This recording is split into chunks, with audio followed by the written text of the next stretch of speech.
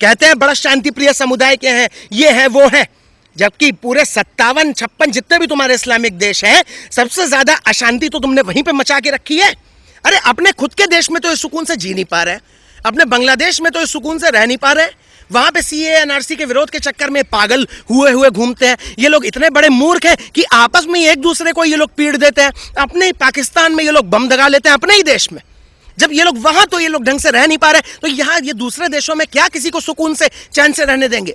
हैं 7-7 8-8 शादी करेंगे, 5-5 10-10 बच्चे पैदा कर लेंगे। अब तो मुझे लगता है जनसंख्या नियंत्रण कानून भी आना चाहिए जल्द से जल्द। उसके बाद भी ये कुछ पालतू कुत्ते हैं, ये ऐसे ही भौंकेंगे कि इनको ये नहीं करना चाहिए था। लेकिन जो इस देश के लिए सही होगा, जो हमारे धर्म के लिए सही होगा, जो हमारे राज्य के लिए सही होगा, हम वो करेंगे। ये स्टेटमेंट मेरा आज भी है, ये हमेशा रहेगा। अगर कभी किसी सही आदमी के पकड़ में आ गए ना, तो सीधे पैरों से तुम वापस नहीं जा पाओगे। खुले में चैलेंज कर रहा है शिखर श्रेयान, उम्मेद पहलवान, मैं तुझे चैलेंज कर रहा हूं, खुले आराम से तू सीधे, क्या बोलूं यार, तू वापस नहीं जा पाएगा कभी। इधर मिल मुझसे। ये हिंदुस्तान है, ये हिंदुओं का स्थान है, यहां पे तुम्हारे ये जिहादी हरकत नहीं चलेगी कि राम भक्तों को ये नहीं करना चाहिए, राम भक्तों को वो नहीं करना चाहिए। अरे इस राहुल गांधी का मैं कोई अधिकार नहीं समझता हूं, ना सोनिया गांधी का कोई अधिकार समझता हूं मैं। मेरे सामने एक तरफ सोनिया गांधी खड़ी होंगी, एक तरफ मोदी खड़े होंगे। शुरू से लेकर आज तक मेरा समर्थन मोदी को और हमेशा रहेगा। क्यों? क्योंकि मैं किसी इटली की महिला को बर्दाश्त नहीं कर सकता कि हमारे हिंदुस्तान पे शासन करे। किसी ईसाई इटली की महिला को एंटोनियो माइनो करके जो भी नाम है, उनको मैं बर्दाश्त नहीं कर सकता कि हमारी हिंदू जनता पे, हमारे देश पे ये लोग पॉलिटिक्स करें, राज करें, प्रधानमंत्री बन के बैठे। वरना कल जो हमने गुलामी करी थी, आज भी हम इन अंग्रेजों के गुलाम हो जाएंगे। अब हमको इनकी इटली वालों की और ये ईसाइयों की अब गुलामी नहीं करनी है। स्वागत है आपका यूथ मीडिया टीवी पर। चर्चा करेंगे गाजियाबाद की उस घटना पर जहां पर एक गलत तरीके से हिंदुओं को बदनाम करने की कोशिश करी गई। कहा गया कि जय श्री राम बुलवाने के लिए एक मौलाना जो कि तावीज़ बांटता था, जिससे एक बच्चे की मृत्यु हो गई, उस पर ये सब एजेंडा लाया गया कि हिंदुओं ने जय श्री राम बुलवाने के लिए मारा, दाढ़ी काट दी। हालांकि ऐसा कुछ था नहीं। जब निकल के सब कुछ आया सामने तो बताया गया कि दो गुटों ने मिलकर मारा, उसमें हिंदू और मुस्लिम दोनों शामिल थे। चर्चा करते हैं इस पर शिखर श्रेयान से कि वो किस तरीके से देखते हैं और क्या सोचते हैं। शिखर जी, पहला सवाल तो यही है कि एक मौलाना को पीटा गया जब लोनी में, गाजियाबाद में, तो वहाँ पर इसको एजेंडे के तहत फैलाया गया कि हिंदुओं ने मुस्लिम को मारा, दाढ़ी काट दी, जय श्री राम बुलवाया, नहीं बोलने पर उसको मारा पीटा गया। कैसे देखते हैं? मैं तो बिल्कुल बहुत ही ज़्यादा, अब ये मुझे अखिलेश यादव की सरकार पर बहुत ही ज़्यादा तरस आ रहा है कि तुम लोगों की मतलब ये जीत जो है ये लगभग कट चुकी है। तो ये लोग इतने हताश हो गए हैं, ये लोग इतने निराश हो चुके हैं कि अब इन लोगों ने हिंदू मुसलमान करना स्टार्ट कर दिया है। हमेशा से बीजेपी पे ब्लेम लगाते थे, हमेशा से बीजेपी को पॉइंट आउट करते थे कि ये अगर हिंदू मुस्लिम नहीं करेगी ये पार्टी बीजेपी, तो ये कभी इलेक्शन जीत नहीं सकती है। आज मैं समाजवादी पार्टी से सवाल पूछता हूं, और ये जो इनका नेता है उम्मेद पहलवान, मैं इनसे ये सवाल पूछता हूं कि यहाँ पे हिंदू मुसलमान, ये जो लोनी में जो कांड हुआ है, अब कौन कर रहा है हिंदू मुसलमान?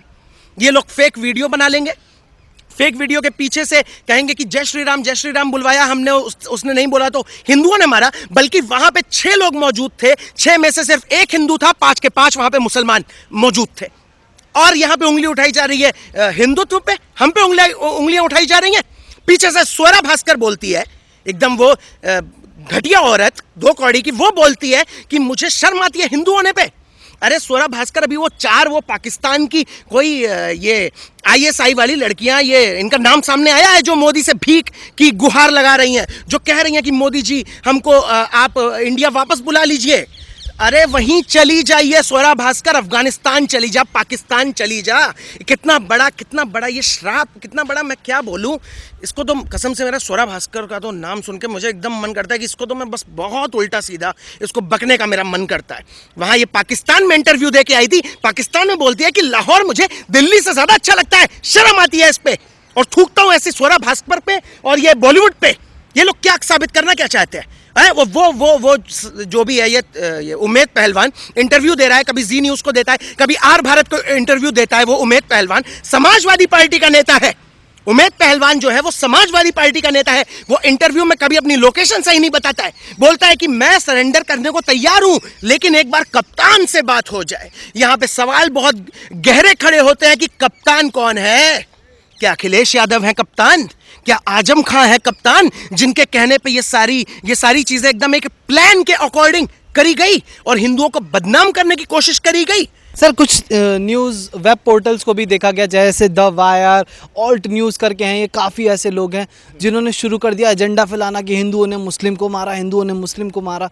पर जब आपका यहीं अलीगढ़ में एक दलित परिवार को बारात नहीं दी जाती है उनकी, तब ये लोग कहाँ गायब हो जाते हैं? जब यही गाज़ियाबाद में अर्थला में एक यादव परिवार को, जो हिंदू परिवार को जब मारा जाता है बुरी तरीके से मुस्लिम द्वारा, तब ये लोग कहाँ गायब हो जाते हैं? तब क्यों नहीं निकल के आते हैं ये लोग? बहुत ये खाली आप जो बता रहे हो यादव परिवार, दलित परिवार, ये खाली वहीं से गायब नहीं होते हैं। पूर्णिया में जो महादलितों की बस्ती थी उसमें आग लगा दी गई। हमारे दलित भाइयों को कितना मारा गया, कितने उनके घरों उनको जिंदा जला दिया गया पूर्णिया में, तब किसी की आवाज नहीं उठी। ना मायावती सामने आई दलित भाइयों के लिए, सिर्फ योगी जी आए बीच में, वहां पे नीतीश कुमार जी आए। और मैं तो आज भी आपके चैनल के माध्यम से बोल रहा हूं, उस समय मैंने आवाज उठाई थी। ये कोई नजर नहीं आएंगे। रिंकू शर्मा के मामले में कोई नजर नहीं आएगा।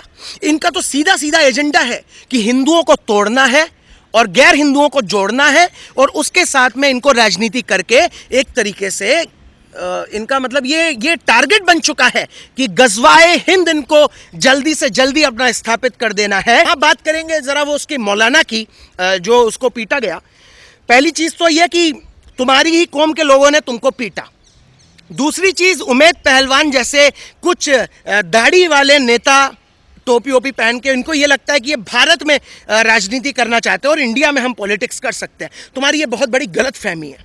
और बात रही उसकी मौलाना की, मैं बात कर रहा था, तो मैं कुछ हिंदू भाई बहनों से भी सवाल खड़े करता हूं और एक आप लोगों को शिक्षा देना चाहता हूं, एक ज्ञान देना चाहता हूं कि महादेव से बड़ी, यदि आप महादेव में आस्था रखते हैं, यदि आप श्री राम में आस्था रखते हैं, यदि कृष्ण जी में, यदि हनुमान जी में, तो उनसे बड़ी शक्ति कोई भी नहीं है।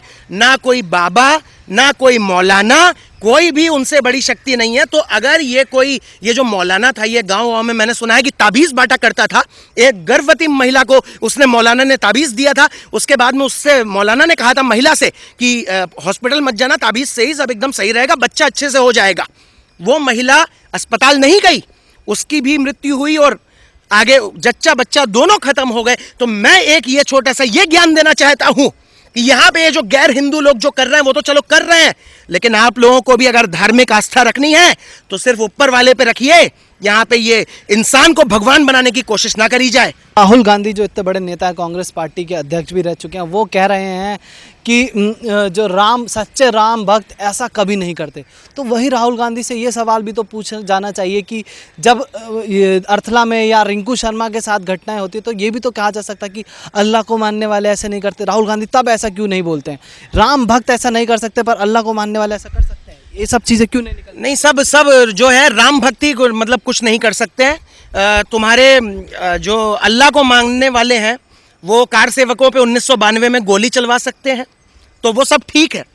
तुम लोग 2002 में गोधरा जैसी जगह पे पूरी ट्रेनें जला सकते हो, वो एकदम ठीक है, एकदम सही। तुम लोग 26/11 को पूरे होटल ताज में मुंबई में जो हुआ था, सब निर्दोषों को मार के ये कहते हो कि ये काफिर था इसलिए इसको मार दिया, एकदम सही, बिल्कुल सही। लेकिन हम लोग अगर कोई छोटे से छोटा भी काम करते हैं तो ये राम भक्त को मानने वाले लोग हैं, इनको ये नहीं करना चाहिए, इनको वो नहीं करना चाहिए। जब राम मंदिर बनने लगा, जब ये फैसला लागू हुआ और जो केंद्र आया एकदम से कूद के समर्थन में, after the order of supreme court,